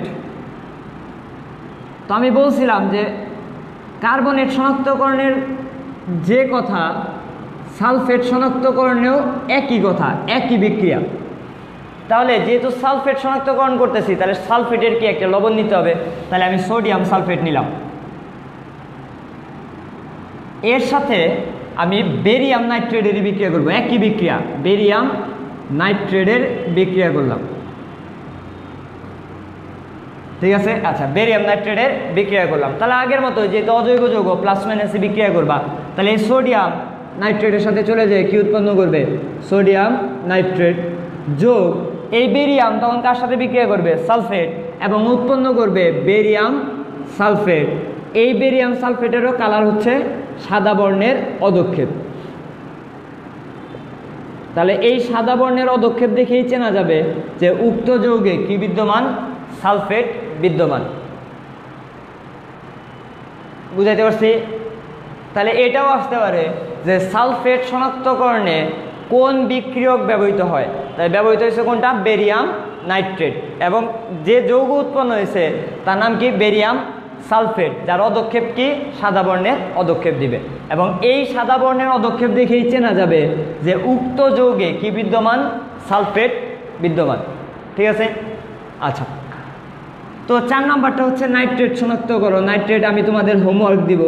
ঠিক আছে? নাইট্রেট শনাক্তকরণ সবাই পারো, 9-10 পড়ছি। ঠিক আছে, আমি একটু মনে করে দিই কোনটা। আমরা নাইট্রেট শনাক্তকরণের ক্ষেত্রে কি পড়তাম, তাহলে যেহেতু নাইট্রেট শনাক্তকরণ করতেছি তাহলে নাইট্রেটের একটা লবণ নিব, এর সাথে সদ্য প্রস্তুত ফেরাস সালফেট নিব এবং এর সাথে সালফিউরিক অ্যাসিডের বিক্রিয়া করব। সালফিউরিক অ্যাসিডের বিক্রিয়া করলে তোমরা বিক্রিয়া করবা, ঠিক আছে, নাইট্রিক অ্যাসিড উৎপন্ন হবে, তারপর হচ্ছে ফেরিক সালফেট উৎপন্ন হবে, এবং এই জায়গায় বিক্রিয়া করে যে যৌগ উৎপন্ন হয় সেটা হচ্ছে নাইট্রোসো ফেরাস সালফেট উৎপন্ন হবে। ঠিক আছে, নাইট্রোসো ফেরাস সালফেট উৎপন্ন হবে, নাইট্রোসো ফেরাস সালফেট উৎপন্ন হবে। এবং এই নাইট্রোসো ফেরাস সালফেট যে উৎপন্ন হইল এর অধক্ষেপ করবে বাদামি বর্ণের, এবং আমরা এই বাদামি বর্ণের যে অধক্ষেপটা পড়ছে সেটা হচ্ছে বাদামি বর্ণের বলয়ের মতো অধক্ষেপ করবে। ঠিক আছে, মানে পানিতে হচ্ছে চামচ দিয়ে মানে নাড়া দিলে যেভাবে একটা বৃত্তাকার সৃষ্টি হয় না, তাকে বলা হয় বলয়। এর জন্য এই নাইট্রেট শনাক্তকরণের পরীক্ষাকে বলা হয় বলয় পরীক্ষা। এখন আশা করি সবারই মনে পড়ছে কোনটা। ঠিক আছে, তাহলে নাইট্রেট শনাক্তকরণের পরীক্ষাকে কি পরীক্ষা বলা হয়, বলয় পরীক্ষা। এবং নাইট্রেট আয়নে বা শনাক্তকরণে যে যৌগ উৎপন্ন হয় তার নাম কি বলছি, নাইট্রেসো ফেরাস সালফেট। লিখে দিলাম, নাইট্রোসো ফেরাস সালফেট।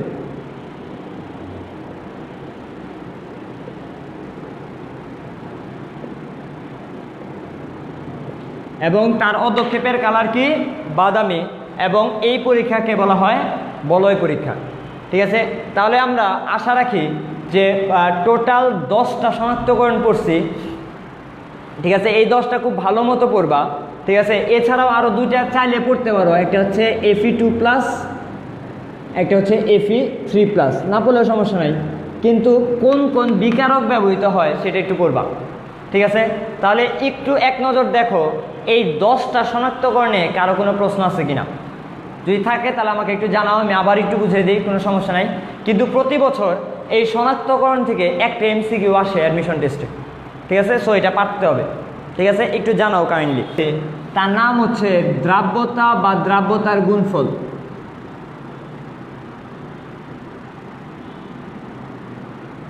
ঠিক আছে, দ্রাব্যতা গুণফলের ইংলিশ হচ্ছে সলিউবিলিটি প্রোডাক্ট।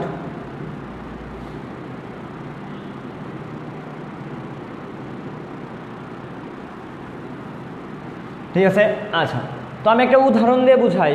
ঠিক আছে, একটু বুঝো ভালো মতো সবাই, যে আমি একটা বিক্রিয়ক নিলাম।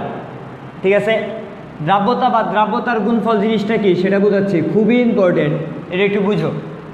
তো সলিউবিলিটি প্রোডাক্ট, তো সলিউবিলিটি প্রোডাক্ট কীভাবে বের করে, ঠিক আছে, সেটা একটু বুঝি। যে যৌগ, মনে করো আমার একটা যৌগ হচ্ছে সিলভার কার্বনেট Ag2CO3। ঠিক আছে, আচ্ছা, তাহলে যেহেতু এটা হচ্ছে একটা যৌগ, তাহলে তোমার দ্রাব্যতার গুণফলের ক্ষেত্রে সর্বপ্রথম কাজ হচ্ছে এই সিলভার কার্বনেটকে আয়নিত করা। মানে যে যৌগটা দেওয়া থাকবে তোমার সর্বপ্রথম কাজ হচ্ছে তাকে আয়নিত করা। তাহলে যেহেতু নাম হচ্ছে সিলভার আর এটা হচ্ছে কার্বনেট, তাহলে আমরা জানি সিলভার হচ্ছে ধাতু, কার্বনেট হচ্ছে অধাতু। ধাতু যেহেতু, তাহলে সেটা অবশ্যই কি আয়ন দিবে, ধনাত্মক আয়ন। আর কার্বনেট হচ্ছে অধাতু, এর জন্য কি আয়ন দিবে, ঋণাত্মক আয়ন দিবে। তাহলে আমরা একে যদি আয়নিত করি তাহলে আমরা কি পাবো, সিলভার আয়ন পাবো যোগ কার্বনেট আয়ন পাবো, তাই পাবো না? দেখো সিলভার এর যোজনী কত 1, এর জন্য মাথার উপরে একটা প্লাস, কার্বনেটের যোজনী কত 2, এর জন্য 2-, বুঝাইতে পারছি? বুঝছি সবাই? আচ্ছা, তাহলে খেয়াল করো একটা জিনিস, আইনিত করছি। আচ্ছা, এখন দেখো এই জায়গায় সিলভার কয়টা পরমাণু আছে? সিলভার কয়টা আছে? 2টা। যে কয়টা সিলভার থাকবে সেটা তার পাওয়ার হিসেবে চলে যাবে, ঠিক আছে? সিলভার কয়টা? 2টা, তাহলে 2Ag+। কার্বনেট কয়টা? 1টা, এর জন্য 1 কার্বনেট 2-। বুঝাইতে পারছি? আইনিত করো তো পারি নাকি সবাই? আচ্ছা, তাহলে এখন চিন্তা করো যে আমি মোল সংখ্যা হিসাব করতেছি। তাহলে যেহেতু মোল সংখ্যা হিসাব করতেছি, তাহলে মোল সংখ্যার ক্ষেত্রে চিন্তা করো যে মোল সংখ্যা হিসাব করি, তাহলে এই যে বিক্রিয়ক, এই যে সিলভার কার্বনেট, এই সিলভার কার্বনেটের মোল সংখ্যা কত? মোল সংখ্যা হচ্ছে 1, কারণ এর সামনে 1 আছে মনে মনে, তাহলে মোল সংখ্যা হচ্ছে 1। এই যে সিলভার, এই সিলভারের মোল সংখ্যা কত? 2। এই কার্বনেটের মোল সংখ্যা কত? 1। মূল সংখ্যা তো জানি যে কোনো একটা প্রোডাক্টের সামনে যা লেখা থাকে, ঠিক আছে? আচ্ছা, তাহলে আমি যদি এই মূল সংখ্যাকে এই দ্রাব্যতা ইংলিশ হচ্ছে সলিবিলিটি, এই দ্রাব্যতা দিয়ে গুণ করি, তাহলে অবশ্যই কি দ্বারা গুণ দিব? এস দ্বারা গুণ দিব, কারণ দ্রাব্যতার ইংলিশ হচ্ছে সলিবিলিটি। তাহলে সলিবিলিটিকে আমি এস দ্বারা গুণ দিয়েছি, তাহলে এই সিলভার কার্বনেট কি হয়ে যাবে? এস মানে কি 1s। সিলভার কি হয়ে যাবে? 2s। কার্বনেট কি হয়ে যাবে? এস। বুঝাইতে পারছি? বুঝতে পারছি তো? আচ্ছা, যদি বুঝি তাহলে ধন্যবাদ। তাহলে আমরা সিলভার কার্বনেটের মান পাইছি এস, সিলভারের মান পাইছি 2s, আর কার্বনেটের মান পাইছি এস, ঠিক আছে? এইটুকু মনে থাকবে নাকি? আচ্ছা, তাহলে তোমার সলিবিলিটি প্রোডাক্টের ক্ষেত্রে যে যৌগটা দেওয়া থাকবে, তোমার সর্বপ্রথম কাজ হচ্ছে সেই যৌগকে আয়নিত করা, যার যে কয়টা পরমাণু আছে সেটা তার মোল সংখ্যা হিসেবে দেওয়া, ঠিক আছে? তারপরে মোল সংখ্যা কাউন্ট করা এবং দ্রাব্যতা দ্বারা গুণ করা। এইটুক তো ক্লিয়ার নাকি? আচ্ছা, তাহলে এই যে বিক্রিয়কটা যাকে নিয়ে তুমি কাজ করছো, যে বিক্রিয়ক, সেই বিক্রিয়ার তুমি কেসি নির্ণয় করবা, ঠিক আছে? সাম্য ধ্রুবক কেসি। তাহলে আমরা যদি সাম্য ধ্রুবক কেসি বের করি, তাহলে আমরা যদি সাম্য ধ্রুবক কেসি বের করি, তাহলে কেসি বের করার ফর্মুলা আমরা কি জানি? যে উৎপাদের মোলার ঘনমাত্রার গুণফল ডিভাইডেড বাই বিক্রিয়কের মোলার ঘনমাত্রার গুণফল, তাই তো? তাহলে আমরা জানি কেসি ইজ ইকুয়াল টু, লিখে নেই সবাই, যে উৎপাদের মোলার ঘনমাত্রার গুণফল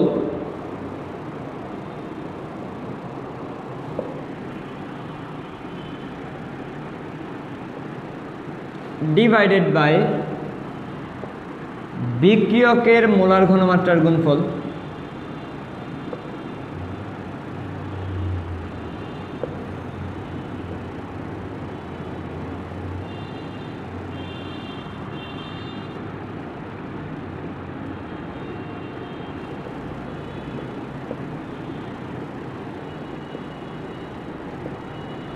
আচ্ছা, এটাই তো আমার ফর্মুলা।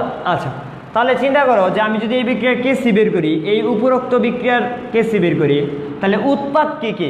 অবশ্যই কি সিলভার আর কি কার্বনেট।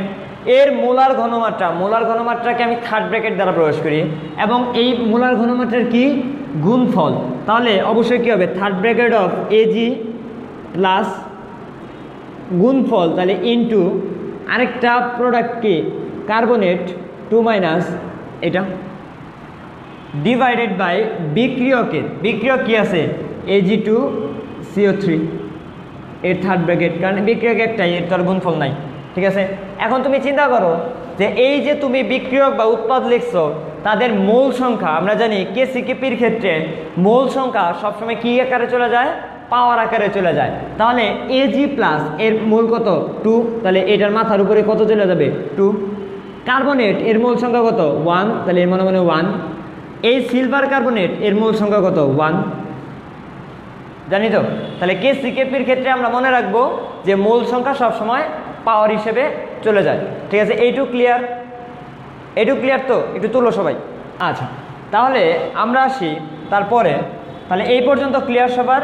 আচ্ছা, এখন আসি এরপরে আমরা কি করতেছি, এরপরে আমি বজ্র গুণন করতেছি। তাহলে যদি বজ্র গুণন করি তাহলে কি হয় খেয়াল করো, বজ্র গুণন যদি করি তাহলে হবে কেসি ইন্টু Ag2CO3। আচ্ছা, তাহলে KC into Ag2CO3 is equal to কী ছিল, Ag প্লাস তার স্কোয়ার ইন্টু কার্বনেট 2 এটা ছিল, তাই না? তাহলে আমরা মনে রাখবো এই কেসি মানে কি বুঝতাম, সাম্য ধ্রুবক। আর এই Ag2CO3 সেটা কার ছিল, বিক্রিয়কের মোলার ঘনমাত্রা ছিল না। তাহলে মনে রাখবো যে কোনো বিক্রিয়ার সাম্য ধ্রুবক এবং ওই বিক্রিয়কের মোলার ঘনমাত্রার গুণফলকে, তাহলে কি বলছি, যে কোনো বিক্রিয়ার সাম্য ধ্রুবক এবং বিক্রিয়কের মোলার ঘনমাত্রার গুণফলকে বলা হয় দ্রাব্যতার গুণফল। বুঝাইতে পারছি দ্রাব্যতার গুণফলের সংজ্ঞা? তাহলে দ্রাব্যতার গুণফল কাকে বলে? দ্রাব্যতার গুণফল হচ্ছে যে কোনো বিক্রিয়ার সাম্য ধ্রুবক এবং বিক্রিয়কের মোলার ঘনমাত্রার গুণফলকে বলা হবে দ্রাব্যতার গুণফল। এবং দ্রাব্যতার গুণফলের ইংলিশ হচ্ছে সলিবিলিটি প্রোডাক্ট। এর জন্য একে প্রকাশ করা হয় KSP দ্বারা। কে তে হচ্ছে কনস্ট্যান্ট মানে ধ্রুবক, আর SP হচ্ছে সলিবিলিটি প্রোডাক্ট। তাহলে আমি এইটুকের পরিবর্তে কি লিখতে পারি, এখন এইটুকের পরিবর্তে আমি লিখতে পারি KSP ইজ ইকুয়াল টু উৎপাদে যা ছিল তাই।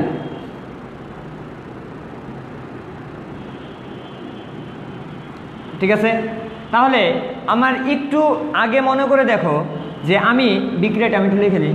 তাই বিক্রিয়াটা ছিল এরকম, Ag2CO3 বিক্রিয়া করে উৎপন্ন করছিল Ag প্লাস 2 মোল যোগ কার্বনেট 2 ঠিক আছে। আচ্ছা, এবং এর মোল সংখ্যায় এর মান পেয়েছিলাম S, এটার মান পেয়েছি 2S, এটার মান পেয়েছি S। তাহলে এই যে Ag প্লাস এর মান কত ছিল, 2S। তাহলে এই মানগুলো বসে দিই, তাহলে কি হবে 2S আর S 2S এর কি স্কোয়ার, তাহলে 2S তার হোল স্কোয়ার ইন্টু কার্বনেটের মান কি পাইছি S, তাহলে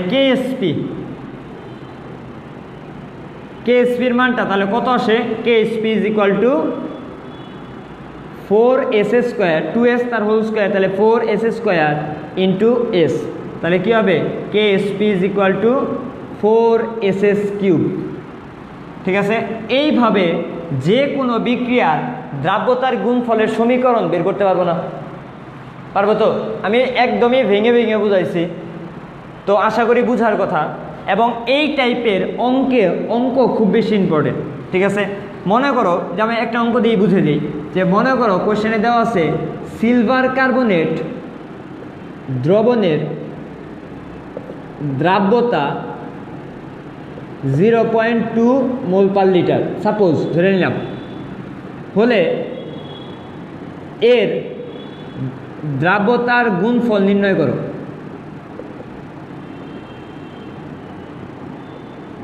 এটা হচ্ছে প্রশ্ন। ঠিক আছে, তাহলে তুমি চিন্তা করো কি দেওয়া আছে। তাহলে যেহেতু সিলভার কার্বনেট দেওয়া আছে, তাহলে যে যৌগ দেওয়া থাকবে তার কি একটা ইকুয়েশন বের করে নেবেন।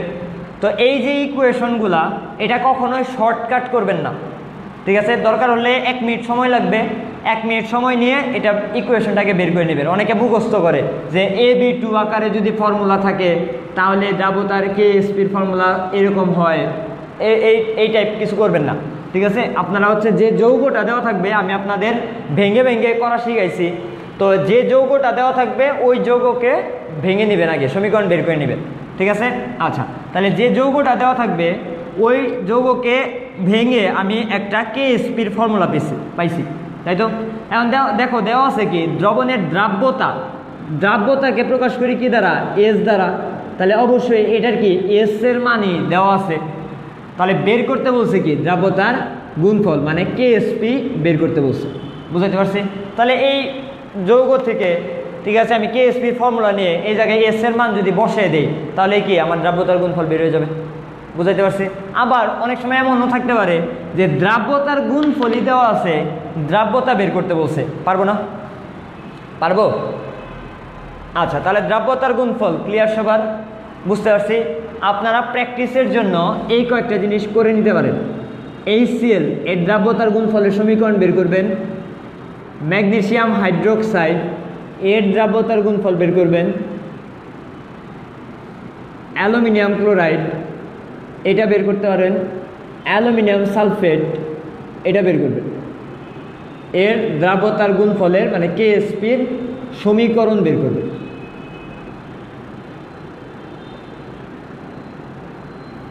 ঠিক আছে, আশা করি এই কয়েকটা জিনিস করলেই ঠিক আছে আপনার হচ্ছে মোটামুটি ক্লিয়ার হয়ে যাবে। ঠিক আছে, আমি লিখে দিই যে এই HCl এর KSPর মান হবে SS², ম্যাগনেসিয়াম হাইড্রোক্সাইড এর মান হবে 4SS³, অ্যালুমিনিয়াম ক্লোরাইড এর মান হবে 27S⁴, আর অ্যালুমিনিয়াম সালফেট এর মান হবে 108S⁵। আমি অ্যান্সার বলে দিলাম, আপনারা বাসায় প্র্যাকটিস করেন, তারপরে যদি না পারেন বললেন, আমি আবার পরে দেবনি, কোনো সমস্যা নেই। তাহলে দেখেন তো এই সম্পূর্ণ টপিক্সটা দ্রাব্যতার গুণফল জিনিসটা বুঝতে পারছেন কিনা। তাহলে আমরা এই টপিক্সেরই ঠিক আছে আরেকটা অঙ্ক করি, দ্রাব্যতার আরেক টাইপের ছোট অঙ্ক আছে, ঠিক আছে এটা করি সবাই, তাহলে ক্লিয়ার হয়ে যাবে। আমি একটা শর্টকাট দিয়ে করে দিচ্ছি। দ্রাব্যতা গুণফলের অঙ্কগুলো প্র্যাকটিস করব সবাই ভালো মতো, ইনশাল্লাহ পারবো। আচ্ছা, লেখেন একটা অঙ্কের ডাক, আমি লিখে দিচ্ছি, আপনারাও লেখেন খাতায়।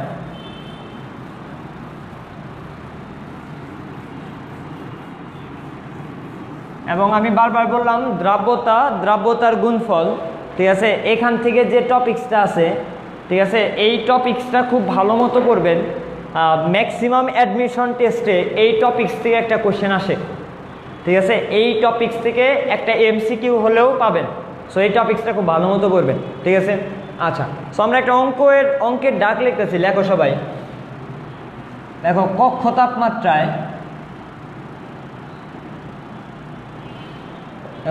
তাপমাত্রায়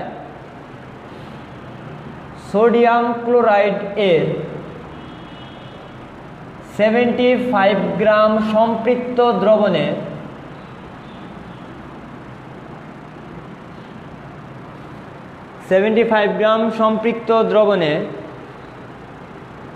20 গ্রাম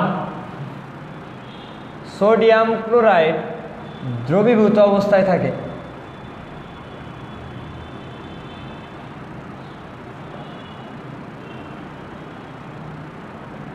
দ্রবীভূত অবস্থায় থাকে দেখছো? এই তাপমাত্রায় সোডিয়াম ক্লোরাইড এর দ্রাব্যতা নির্ণয় করো।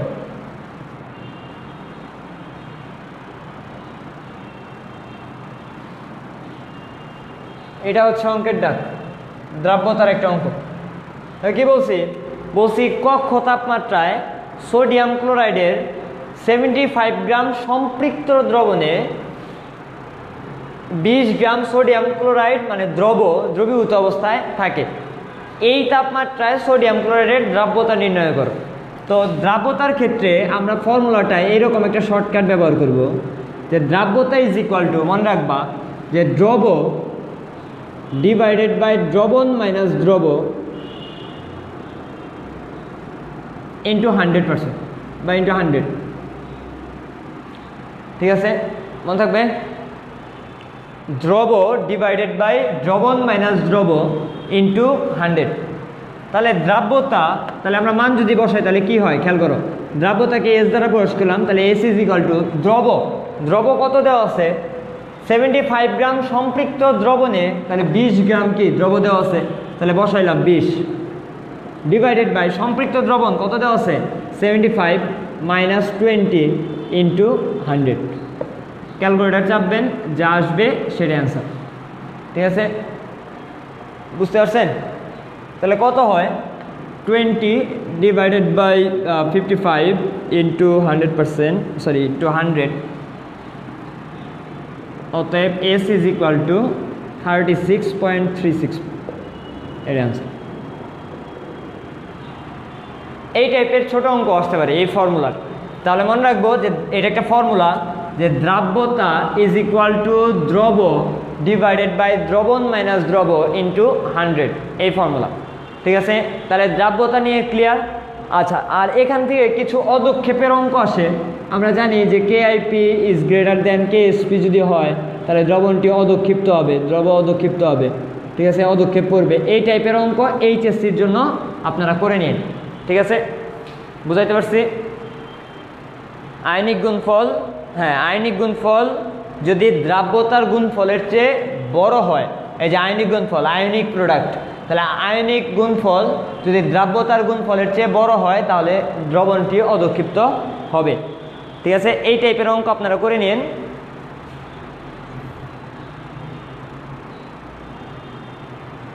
ঠিক আছে, তাহলে আমরা দ্রাব্যতা এবং দ্রাব্যতার গুণফল জিনিসটা বুঝছি।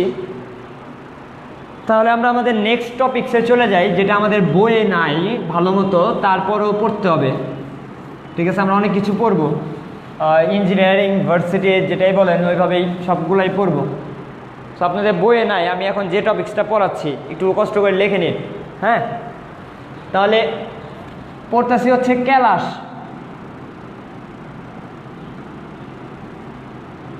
ঠিক আছে, ক্যালাস মানে হচ্ছে ক্রিস্টালাইন। ঠিক আছে,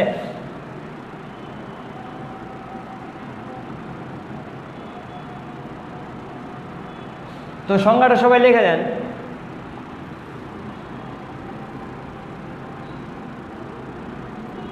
কোনো কঠিন পদার্থের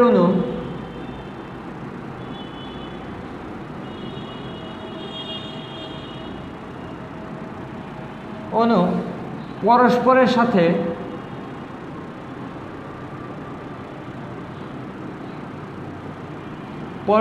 সাথে সজ্জিত হয়ে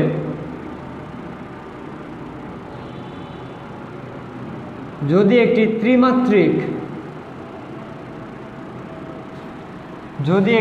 ত্রিমাত্রিক জ্যামিতিক কাঠামো তৈরি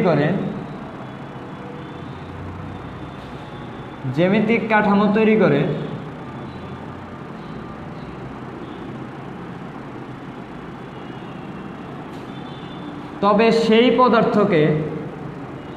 তবে তাকে ক্যালাস বলে।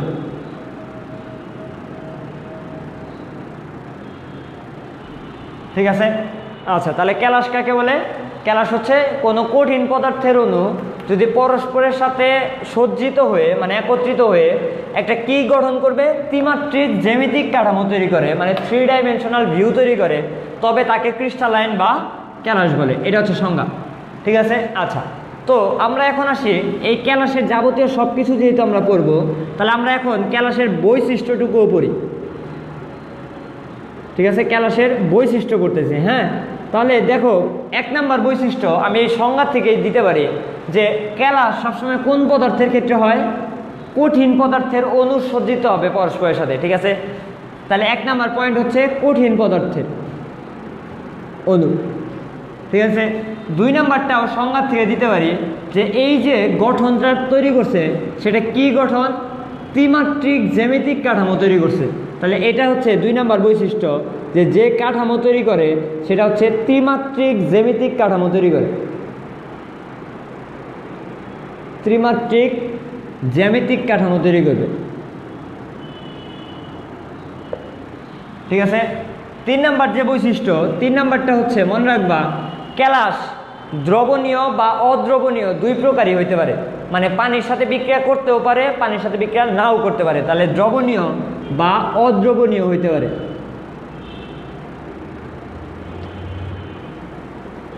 ঠিক আছে, এবং সেটা রঙিন বা বর্ণহীন দুইটাই হইতে পারে।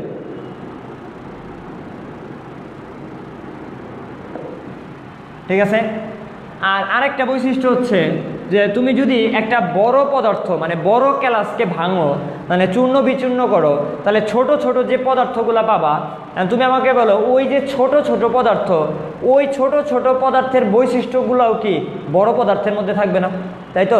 মানে চূর্ণকৃত পদার্থের বৈশিষ্ট্য এবং কঠিন পদার্থের বৈশিষ্ট্য সবসময় একই হয়, ঠিক আছে? এটা হচ্ছে 5 নম্বর বৈশিষ্ট্য।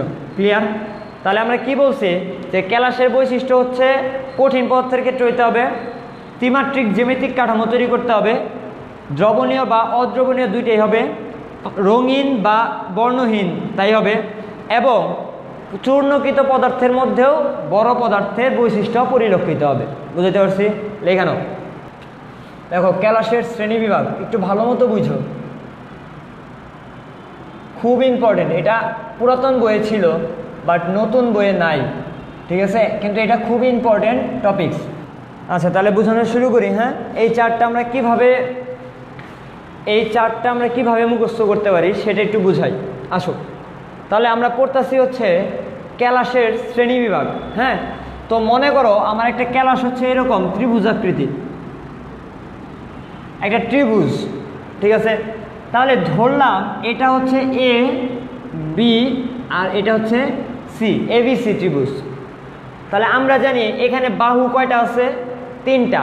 তাহলে এ বি বাহু, বিসি বাহু, সি এ বাহু, তাই তো? তাহলে এ বি বাহুর এই যে দৈর্ঘ্য, এই এ বি বাহুর দৈর্ঘ্য হবে তার বিপরীত রাশিটা। তাহলে এ বি বাহুর দৈর্ঘ্য হবে কি, এ আর বি আছে, তাহলে বাহুর দৈর্ঘ্য হবে ছোট হাতের সি, ঠিক আছে? বি সি এই বাহুর দৈর্ঘ্য হবে এ, আর সি এ এই বাহুর দৈর্ঘ্য হবে বি। বুঝাইতে পারছি?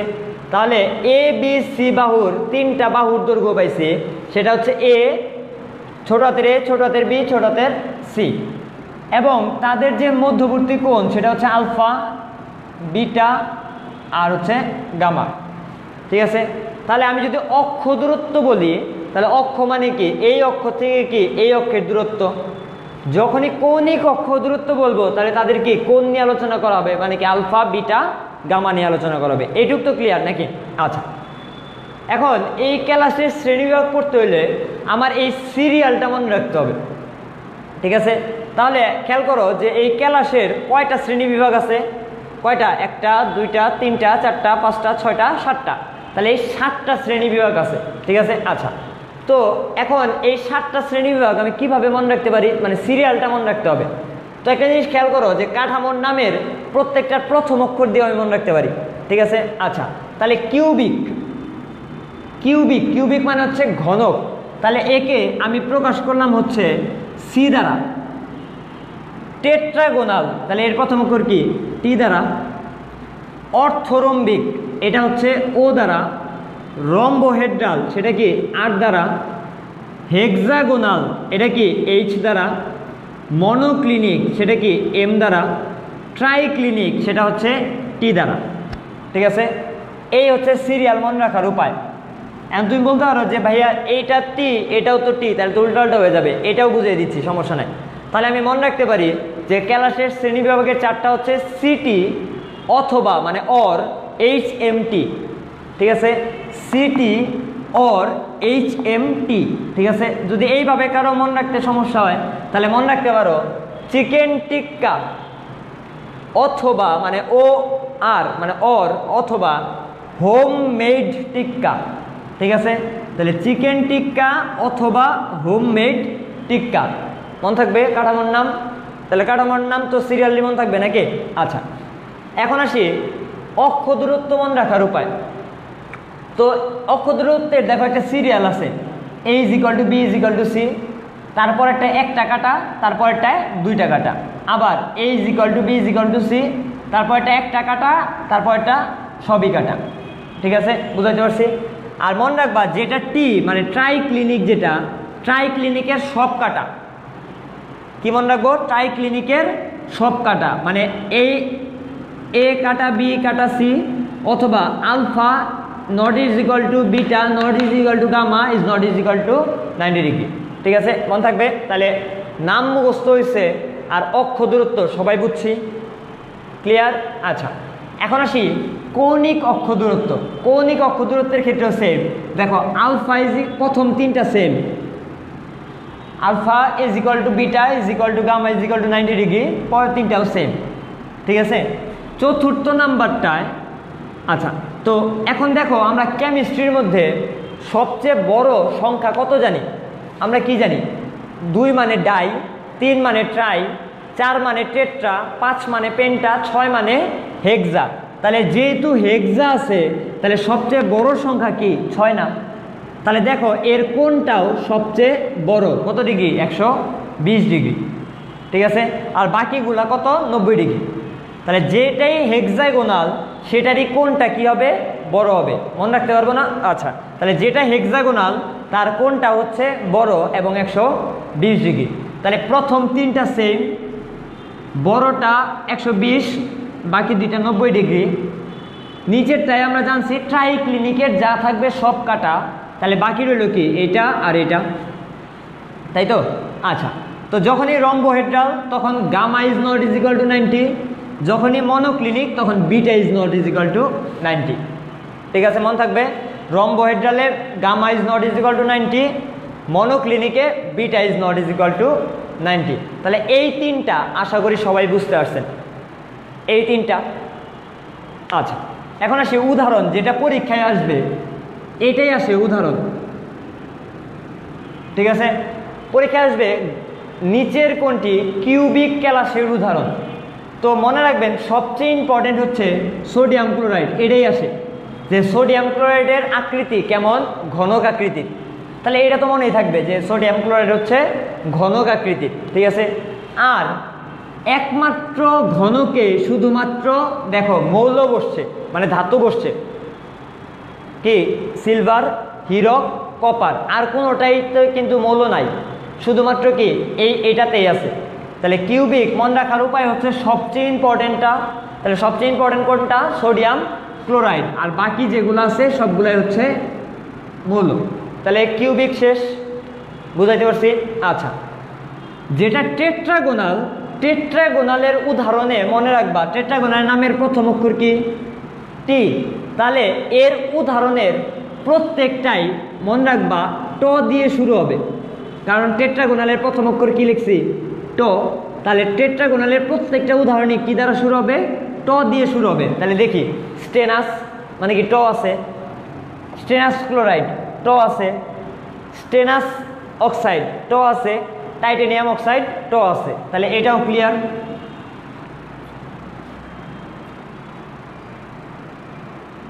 ঠিক আছে, আচ্ছা, এখন আসি অর্থরম্বিক। তাহলে অর্থরম্বিকের প্রথম অক্ষর কি? অ। তাহলে মনে রাখবা অর্থরম্বিক মনে রাখার উপায় হচ্ছে ও, মানে এই যে ও বাটপার, ও বাটপার। ঠিক আছে, কিভাবে মনে রাখতে পারি? ওতে হচ্ছে অর্থরম্বিক, বাটপার মানে বতে হচ্ছে বেরিয়াম সালফেট, বতে হচ্ছে বেরিয়াম সালফেট, পতে হচ্ছে পটাশিয়াম নাইট্রেট, আর রতে হচ্ছে রম্বিক সালফার। ঠিক আছে, তাহলে অর্থরম্বিক মনে রাখার উপায় কি বলছি? ও বাটপার। তাহলে আবার বলি প্রথম তিনটা, তাহলে কিউবিক কোনটা হবে? সবচেয়ে ইম্পর্টেন্টটা, আর সবগুলা মৌলেরটা। টেট্রাগোনাল কি হবে? টেট্রাগোনাল হবে প্রত্যেকটা ট দিয়ে শুরু হবে। ঠিক আছে, ট থাকবে উদাহরণে। আর অর্থরম্বিক মনে রাখার উপায় কি বললাম? অর্থরম্বিক মনে রাখার উপায় হচ্ছে ও বাটপার। ঠিক আছে, আচ্ছা, রম্বোহেড্রাল, রম্বোহেড্রাল মনে রাখার উপায় হচ্ছে মনে রাখবা বকেন। রম্বোহেড্রাল মানে হচ্ছে বকেন। ঠিক আছে, তাহলে বকেনে কি হবে? বতে বরফ, কেতে ক্যালামাইট, নতে নাইট্রেট, তাহলে সোডিয়াম নাইট্রেট। এই যে বুঝতে পারছি? তাহলে বরফ, ক্যালামাইট, সোডিয়াম নাইট্রেট। ঠিক আছে, আচ্ছা, তাহলে দেখো, তাহলে এইটুকু বুঝতে পারছি চারটা। আসি হেক্সাগোনালে। তাহলে আমি প্রথমে বলছিলাম হেক্সাগোনাল মানে কি? সবচেয়ে বড়টা। তাহলে যে সবচেয়ে বড় তার শক্তিটাও বেশি হবে, যে যার শক্তি বেশি সে অবশ্যই কি মার্শাল আর্ট পারবে। যেহেতু মার্শাল আর্ট পারে তাহলে তার অবশ্যই কি থাকবে? একটা আর্ট থাকবে। তাহলে এই যে আর্ট মানে হচ্ছে গ্রাফাইট আর হচ্ছে কোয়ার্টজ, এই যে কোয়ার্টজ আর্টস। ঠিক আছে, তাহলে এটা হচ্ছে গ্রাফাইট এবং কোয়ার্টজ। মনে থাকবে? আচ্ছা, তাহলে বাকি রইল কোনটা? মনোক্লিনিক আর ট্রাইক্লিনিক। তো মনে রাখবা এই যে ক্লিনিক লেখা আছে না, ক্লিনিক লেখা আছে, তো মনে রাখবা মনোক্লিনিকের উদাহরণ বা ট্রাইক্লিনিকের উদাহরণ বলো না কেন, ঠিক আছে, ক্লিনিকে পানি থাকে, এই কথা মনে থাকবে। কি বলছি? ক্লিনিকে পানি থাকে। তাহলে মনোক্লিনিকের উদাহরণ খেয়াল করি। মনোক্লিনিক কি? জিপসাম, এই যে পানি আছে। সবুজ ভিট্রিয়ল কি? পানি আছে। গ্লোবাল লবণ পানি আছে। আর নামেই তো মনোক্লিনিক, তাহলে এটা তো অবশ্যই মনোক্লিনিক সালফার মনেই থাকবে নাকি? তো মনোক্লিনিক মনে রাখার উপায় কি? ক্লিনিকে পানি থাকে। তাহলে এখন খেয়াল করো, ট্রাইক্লিনিকেও তো পানি আছে, তাই না? তাহলে অবশ্যই ক্লিনিক, তাহলে একটাই ব্যতিক্রম, সেটা হচ্ছে ব্লু ভিট্রিয়ল, এটাতে পানি আছে, কিন্তু মনোক্লিনিক না, সেটা কি? ট্রাইক্লিনিক। ঠিক আছে। আর মনে রাখবা ট্রাইক্লিনিক মনে রাখার উপায় হচ্ছে যার অণুতে 7টা পরমাণু বা 7-এর বেশি পরমাণু থাকবে। 7টা পরমাণু বা 7-এর বেশি পরমাণু থাকবে, তারাই হচ্ছে ট্রাইক্লিনিকের উদাহরণ। তাহলে খেয়াল করো 7টা, তাই না? তাহলে H3 তাহলে কয়টা পরমাণু? 3টা। বি একটা পরমাণু, আর কয়টা? H3BO3, তাহলে টোটাল পরমাণু কয়টা আছে? 7টা। তাহলে এটা অবশ্যই ট্রাইক্লিনিকের উদাহরণ হবে। এবং পটাশিয়াম ডাইক্রোমেট, এর পরমাণু সংখ্যা কত? খেয়াল করি 7-এর বেশি আছে কিনা। 7টা, 9টা, 11টা, তাহলে তো অবশ্যই এটাও কি? ট্রাইক্লিনিকের উদাহরণ। তাহলে আশা করি সম্পূর্ণ চার্ট মুখস্থ হয়েছে, বুঝতে পারছো।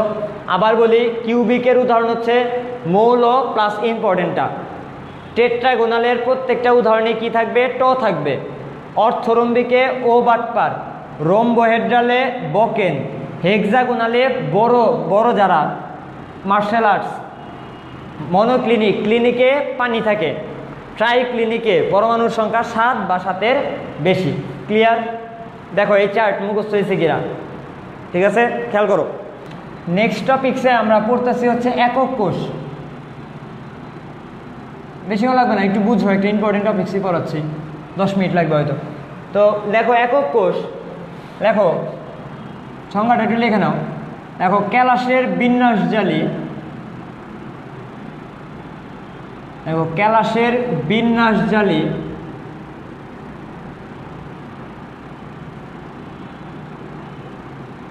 অনেকগুলো মৌলিক ব্লকের সমন্বয়ে গঠিত।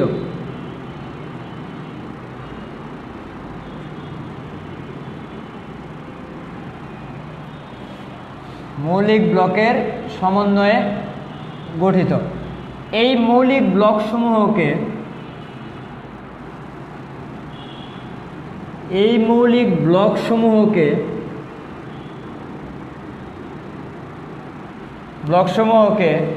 একক কোষ বলা হয়।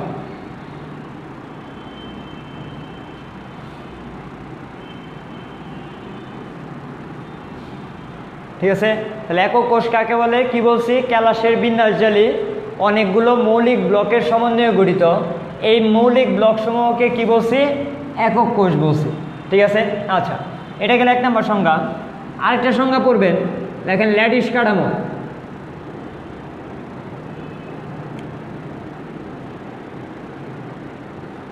দেখেন ল্যাটিস কাঠামো, তো ল্যাটিস কাঠামো কাকে বলে? লেখেন ক্যাটায়নের ব্যাসার্ধ, লেখেন ক্যাটায়নের ব্যাসার্ধ ডিভাইডেড বাই অ্যানায়নের ব্যাসার্ধ।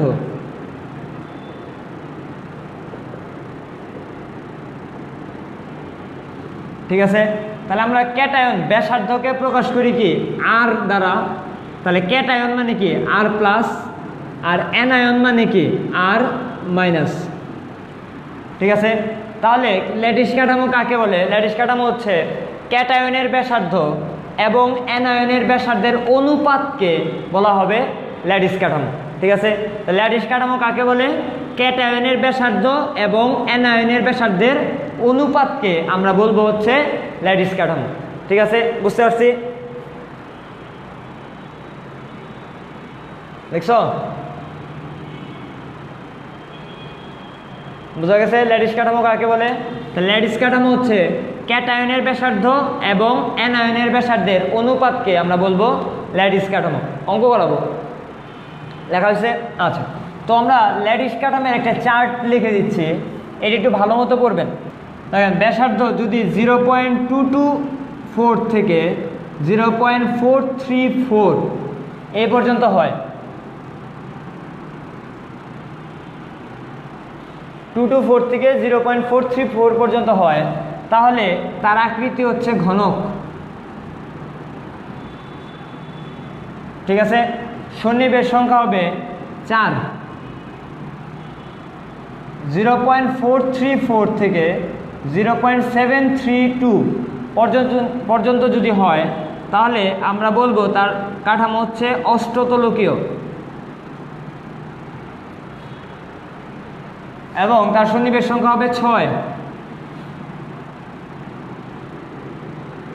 আর 0.732 থেকে যদি 0.99 পর্যন্ত হয়, তাহলে তার আকৃতি হবে পার্শ্বকেন্দ্রিক, সন্নিবেশ সংখ্যা 8। এবং ব্যাসার্ধ যদি 0.99-এর চেয়ে বড় হয়, 99-এর চেয়ে যদি বড় হয়, তাহলে তাকে আমরা বলবো বস্তুকেন্দ্রিক, সন্নিবেশ সংখ্যা হচ্ছে 12।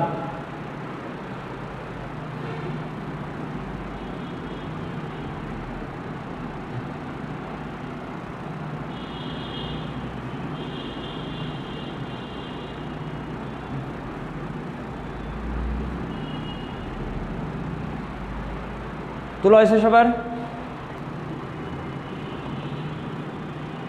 0.99-এর চেয়ে যদি বড় হয়। আচ্ছা, তো একটা অঙ্কের ডাকে আসি, লেখো। সোডিয়াম ক্লোরাইড এর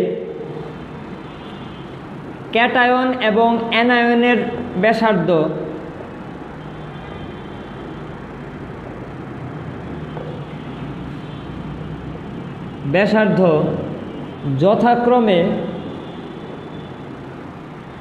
যথাক্রমে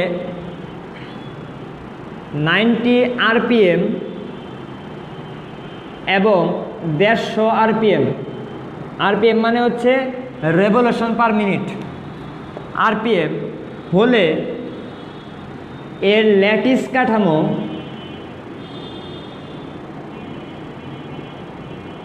ল্যাটিস কাঠামো আকৃতি এবং সন্নিবেশ সংখ্যা নির্ণয় করো।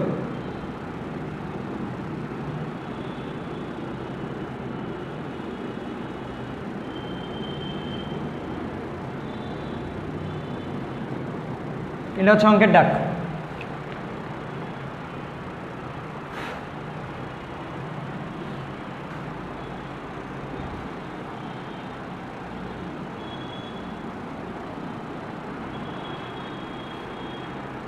দেখছি?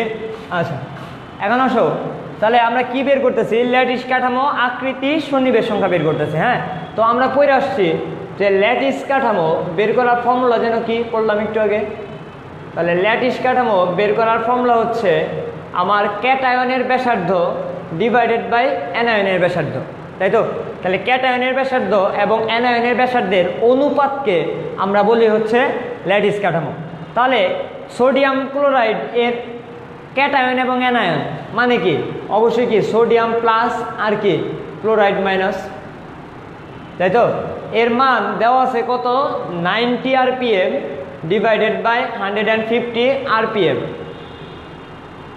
তাহলে কি RPM কি কাটাকাটি যায় একক। তাহলে 90-কে যদি 150 দ্বারা ভাগ করো, তাহলে আসবে দেখবা 0.60। তাহলে তার ল্যাটিস কাঠামোতে ব্যাসার্ধের অনুপাত, ব্যাসার্ধটা কত পাইছি? 0.60। তাহলে অ্যান্সার হবে ল্যাটিস কাঠামো হচ্ছে 0.60। তাহলে এই চার্টের মধ্যে ব্যাসার্ধর ঘরটা চিন্তা করো, কোন ঘরে 0.60 পড়ছে? অবশ্যই কি অষ্টতলকীয়ের মধ্যে পড়ছে না, তাই তো? তাহলে তার আকৃতি হবে অষ্টতলকীয় এবং তার সন্নিবেশ সংখ্যা হবে 6:6। কেন 6:6? কারণ এই জায়গায় সোডিয়াম আছে, আবার কি ক্লোরিনও আছে। তাহলে দুইটার জন্য তাদের অনুপাতটা কত হবে? 6:6। বুঝাইতে পারছি? বুঝছি সবাই? আচ্ছা, তাহলে এই টাইপের অঙ্ক পারবো তো? এই হচ্ছে আমাদের ক্লাসের যাবতীয় কথা। আর দুইটা হোমওয়ার্ক দেই, এটা একটু কষ্ট করে শিখবেন সবাই। এক, সোডিয়াম ক্লোরাইড এর ল্যাটিস কাঠামো এর চিত্র অঙ্কন করো।